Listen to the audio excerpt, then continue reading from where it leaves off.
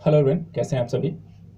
आज से हम यहाँ पे करंट अफेयर विशेषांक प्रारंभ कर रहे हैं। इस विशेषांक सीरीज के माध्यम से हम किसी एक विषय वस्तु को लेकर उसके प्री के संदर्भ से और मेंस एग्जाम दोनों के संदर्भ से इसका विश्लेषण करेंगे। यह विश्लेषण तथ्यात्मक आधारों के साथ साथ इसके डिस्क्रिप्टिव नॉलेज को भी यहाँ पर ऐड करेगा। यह आपके आने वाली मुख्य परीक्षाओं और प्रारंभिक परीक्षाओं के लिए महत्वपूर्ण होंगे। एग्जाम चाहे वो यूपीएससी का हो या फिर स्टेट पीएससी का या कोई वनडे एग्जाम, इसको हम इस तरीके से लेकर चलेंगे ताकि ये हर प्रकार के एग्जाम के लिए जरूरी हो। आप इसका जो प्रयोग करेंगे, हम एक दिन में एक ही टॉपिक को लेकर डिस्कस करेंगे और ऐसे वीकली वाइज हम इसे स्टडी करेंगे। 5 से 6 टॉपिक आप तक जरूर पहुंचे। आज के विषय वस्तु के रूप में हमने यहाँ पर जो टॉपिक लिया है वो है भारत और जापान के मध्य हुए साइबर सुरक्षा समझौते का विश्लेषण करेंगे। भारत और जापान अगर देश की हम बात करें तो दोनों ही देश के निकट समय में काफी बेहतर संबंध बने हैं। ये संबंध न सिर्फ आर्थिक संदर्भ से बल्कि सामरिक सुरक्षा और अंतर्राष्ट्रीय परिदृश्य में भी पहले से गहरे मजबूत हुए हैं। इसी कड़ी में क्वाड जैसे संगठनों का विकास होना या फिर भारत और जापान के आर्थिक सहयोग को सुरक्षा समझौतों को लेकर 2+2 वार्ता जैसी चीजों को देखा गया। इसी कड़ी में भारत और जापान के मध्य साइबर सुरक्षा समझौतों की एक नई कड़ी यहाँ पर देखने को मिली। साइबर सुरक्षा के बारे में यहाँ पर थोड़ा समझेंगे और भारत जापान के मध्य हुए जो इस सहयोग या समझौते में कौन से प्रमुख बिंदु हैं उनके बारे में जानकारी लेंगे। तो चलिए देखते हैं आज के इस विषय वस्तु में क्या बहुत महत्वपूर्ण है। देखिए, सबसे पहली चीज इसमें हम चर्चा जो करने जा रहे हैं, चर्चा का विषय क्यों रहा है, थोड़ा सा इसके बारे में डिस्कस करेंगे। इसके प्रमुख बिंदुओं को देखेंगे। रणनीतिक साझेदारी, साइबर सुरक्षा के तत्वों और संयुक्त राष्ट्र मंच के स्तर पर, अंतर्राष्ट्रीय सहयोग के स्तर पर इन दोनों ने साइबर सुरक्षा को किस तरीके से बेहतर बनाने का प्रयास किया, उन सारी चीजों को यहाँ पर हम देखेंगे। सबसे पहली चीज जो है कि यहाँ पर ये चर्चा का विषय क्यों रहा। चर्चा का विषय इसलिए रहा क्योंकि भारतीय प्रधानमंत्री नरेंद्र मोदी की अध्यक्षता में भारत की जो केंद्रीय मंत्रिमंडल है उन्होंने इस साइबर सुरक्षा समझौते को मंजूरी दे दी है। और इस मंजूरी देने के बाद ये जरूरी हो जाता है कि यहाँ पर साइबर सुरक्षा समझौते जो शब्द आ रहे हैं इसको मतलब समझ लिया जाए। तो क्या आपको पता है कि साइबर सुरक्षा क्या होती है? क्या आपको ये पता है साइबर सुरक्षा शब्द का तात्पर्य क्या है? तो सबसे पहले हम इसे समझते हैं। साइबर सुरक्षा देखिए, जो शब्द आता है इसको बहुत सरल शब्दों में समझना हो तो आप इतना समझिएगा, इंटरनेट से जुड़े हुए, ठीक है, इंटरनेट से जुड़े हुए सिस्टम। इंटरनेट से चलाने के लिए आपको क्या चाहिए? हार्डवेयर चाहिए, जैसे मोबाइल है, कंप्यूटर है, सीपीयू इत्यादि है। सॉफ्टवेयर चाहिए, उसमें जो ऐप होते हैं और ऐप को यूज करते हैं तो उसमें आपका डेटा होता है। तो इंटरनेट से जुड़े हुए सिस्टमों को साइबर अपराधों से बचाने का जो काम किया जाता है उसी को हम कहते हैं साइबर सुरक्षा।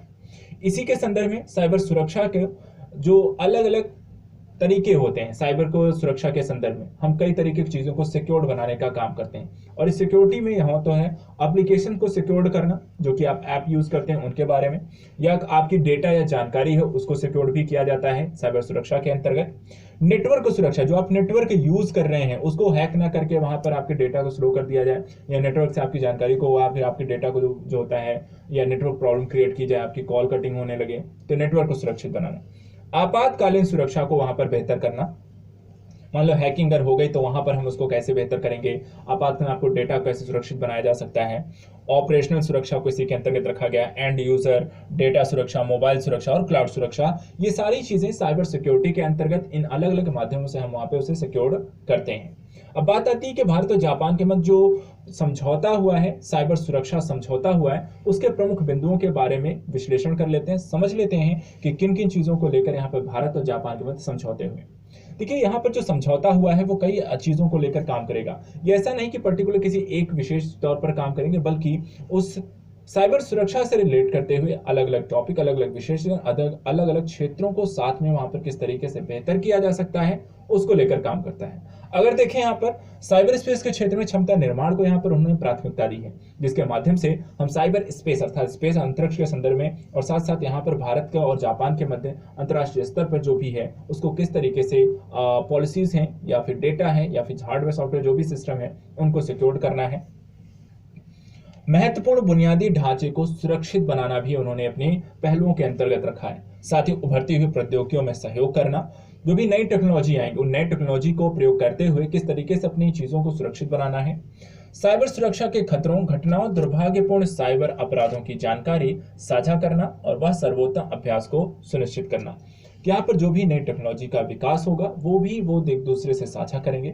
यदि किसी प्रकार के आक्रमण आपके यहाँ होने हैं, आक्रमण कैसे, साइबर आक्रमण होने हैं, आपकी सुरक्षा में सेध लगाने की बात की जा रही है, तो वहां पर यदि कोई जानकारी है तो वो दोनों देश आपस में साझा करेंगे। साथ ही यहाँ पर इन चीजों से लड़ने को लेकर वो आपस में एक संयुक्त कह सकते हैं सर्वोत्तम अभ्यास की भी चीजों को उन्होंने अपने साइबर सुरक्षा समझौते में वहां पर महत्व दिया है। इसके अतिरिक्त एक बहुत जरूरी और इंपॉर्टेंट पहलू यहाँ पर अगर देखने को मिलता है वो है साइबर खतरों को कम करने हेतु व्यवहारिक सहयोग हेतु संयुक्त तंत्र के विकास को लेकर, जिसके माध्यम से दोनों ही देशों के द्वारा मिलकर एक संयुक्त तंत्र विकसित किया जाएगा जो कि काम करेगा साइबर सुरक्षा से के हमलों को किस तरीके से रोका जा सकता है और साइबर हमलों से बचने को लेकर क्या क्या काम किया जा सकता है, किन किन स्तर पर काम किया जा सकता है, उसको लेकर कार्य करेगा। साथ ही उन्होंने अपनी रणनीतिक साझेदारी के तहत यहाँ पर इसे कई अलग अलग तरीके से और विविधतापूर्ण बनाने के लिए इसे एक खुले, अंतर संचालित, मुक्त, निष्पक्ष, विश्वसनीय साइबर स्पेस वातावरण व नवाचार, आर्थिक विकास, व्यापार, वाणिज्य के लिए इंटरनेट को बढ़ावा देने के लिए उन्होंने प्रतिबद्धता भी जाहिर की है। कहने का तात्पर्य यह है कि भारत और जापान अपने आप को एक बेहतर और नई दिशा में लेकर आगे बढ़ना चाहते हैं और इसके लिए इंटरनेट का प्रयोग सर्वाधिक महत्वपूर्ण है। जापान टेक्नोलॉजी के मामले में एक बहुत ही अग्रणी देश है और भारत भी यहाँ पर दिन प्रतिदिन अपने आप को इस क्षेत्र में आगे ले जाना चाहता है और इसी संदर्भ में दोनों देशों का सहयोग जो होता है उनकी मित्रतापूर्ण संबंधों के कारण और भी बेहतर होते हुए देखा जा सकता है। अंतर्राष्ट्रीय स्तर पर भी दोनों ही देशों ने संयुक्त राष्ट्र जैसे मंचों के आधार पर भी यहाँ पर अंतर्राष्ट्रीय देशों को और दूसरे देशों के लिए एक बेहतर और सुविधापूर्ण स्थितियों को बनाने के पर भी विचार किया है। साइबर सुरक्षा समझौते में यहाँ पर कुछ ऐसे भी पहलू देखने को मिलते हैं जैसे कि अंतर्राष्ट्रीय क्षेत्रों में सहयोग करने की दोनों ही देशों ने बात की है। साथ ही सूचना व संचार उत्पादों की आपूर्ति श्रृंखला के सर्वोत्तम तरीकों को बढ़ावा देना, सरकार और सरकार से व्यापार अर्थात बिजनेस टू बिजनेस और गवर्नमेंट टू गवर्नमेंट सहयोग, सूचना संचारी बुनियादी ढांचे को विकसित करना है जिसके माध्यम से दोनों ही देशों के व्यापारी आपस में वार्तालाप कर सकें, किसी भी प्रकार के क्रियाकलापों को संचालित कर सकें। इसी तरीके से दोनों ही देशों के सरकार अर्थात गवर्नमेंट के बीच भी इसी तरह की प्रक्रिया को सुगम्य बनाने हेतु, संचालन करने हेतु, तो चीज़ों में एक विश्वासपूर्ण और रणनीतिक साझेदारी को विकसित करने हेतु तो इसे भी यहाँ पर बुनियादी ढांचे के विकास को प्राथमिकता देना। साथ ही इंटरनेट गवर्नेंस मंचों में निरंतर संवाद व जुड़ाव को भी ये प्राथमिकता देते हैं।